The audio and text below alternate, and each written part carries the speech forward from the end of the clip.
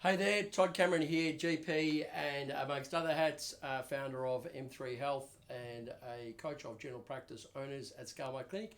This video is for the Department of Health, Medicare, and Greg Hunt to propose some immediate changes that are necessary to ensure the well-being of our community during the coronavirus pandemic. And I'm going to explain to you what needs to happen and why. So what I've put on this board here is all of the stakeholders in healthcare that are relevant to the pandemic. Obviously the MBS is the main funder, and the MBS is completely funded by the federal government. It's around about a $7 billion a year investment for rebates in primary care. That's about 7% of the total budget, as my recollection. General practitioners are obviously the main group of the main workforce that actually deliver this care in general practice clinics. General practice clinics are the physical environment from which that care is delivered, and obviously they're integral to healthcare delivery in this country as with any other country. And of course we couldn't do it all without patients. So let's do a bit of a work through of the current problems we're having in general practice. So one of the issues that, I'm just going to grab this because I'm going to need a red pen in a second.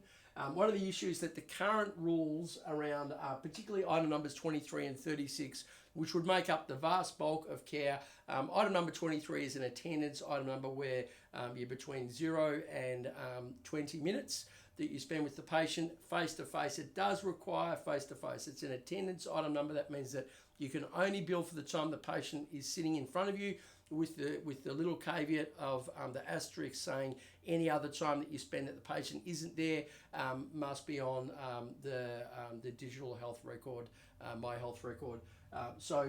For all intents and purposes, it's only for the face-to-face time.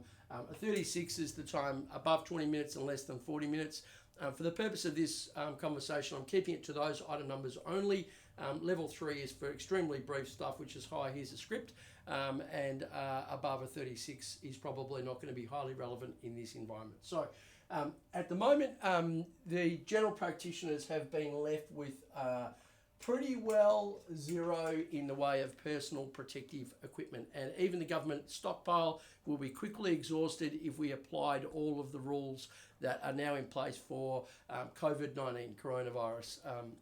And the reason is, in general practice now you've got a pandemic of coronavirus, which is really mild in young people in most cases, and as it gets to people that are older, particularly above 80, or people with comorbidities such as heart disease, diabetes, chronic lung disease, the case fatality rate starts to rise quite dramatically.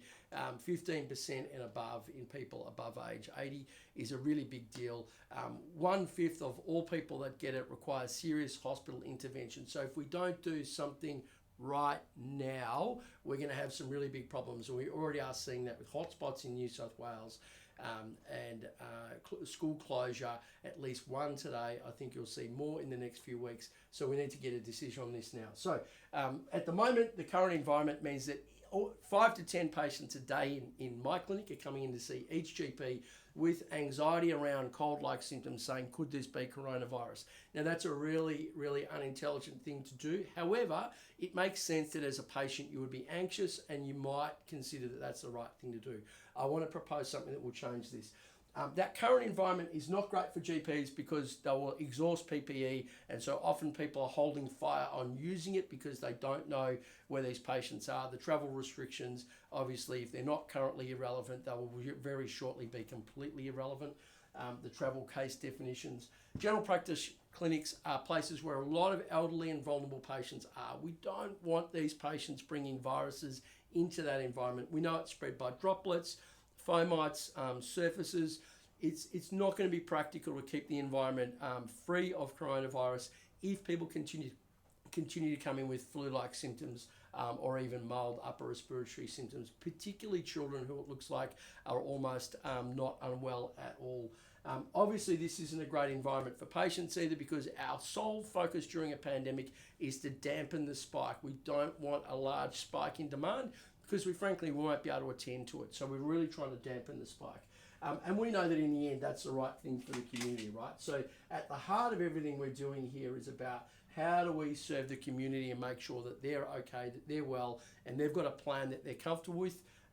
What I propose we do is we remove the obligation for attendance with item numbers 23 and 36. So they can be used in any environment, be it a telephone consult or a video consult. It doesn't matter what media you use, but the patient does not have to be standing in front of you. Why will that make a difference?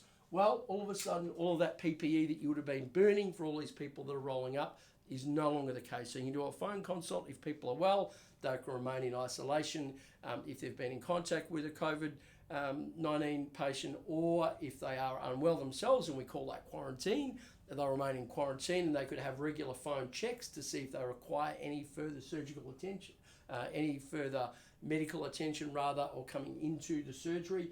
For the GP clinics, all of a sudden the front desk becomes about triaging the demand and booking in phone consults, but not people that are often elderly themselves and may have health issues, thinking, you know what, maybe I'm not going to go to work, maybe I can't take that risk because I'm concerned for my own well-being. Same thing applies for GPs. I've had many GPs say to me, you know what, I'm older, I've got health issues, I can't put myself at risk. So by allowing this, you also mobilise a large workforce of doctors that can work and maybe even work from home and not that physical environment that could be left by people that we know are healthy and well, to actually manage that with the appropriate conditions in place. It's going to be better for patients because we want them modelling the behaviour that they stay at home when they're sick.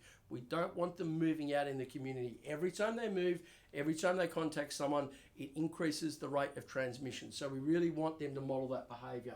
What's the downside for the MBS? There's no downside, actually.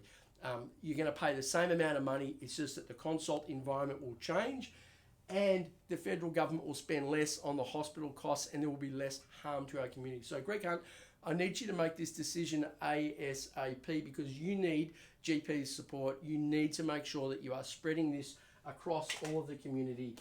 Ultimately, what we need to see here is a few things. We need everybody to be safe, and we want to move towards an environment where we can thrive and actually be one of the exemplars of great behaviour. And we want to make sure that we have appropriate resource allocation. Okay, so what this means is this looks like there are 4 layers. The bottom layer is safety. We want to make sure everybody is as safe as they can be in an environment which is not one of our choosing. We want to make sure that we allocate resources appropriately. If we can innovate, we're more likely to actually do well comparative to other countries. I'm not talking about thrive in the base sense. I'm talking about a relative outcome. And actually, there are actually only 2 levels here. There aren't really 4 levels. This bottom bit is really a place that we don't want to go. If we can't get safety and resource allocation right, we're going to need to move into this zone. So let's migrate everything up into innovation. These times require leadership. That is something that we haven't seen before, and you're going to need to step up and provide this guidance ASAP. So my question to you, Greg, is if you're not going to do this, why not? And when can we expect answers from you? Thanks for your attention. I look forward to working with everybody to get the best outcome that we can during this pandemic. I've been Todd Cameron. Bye.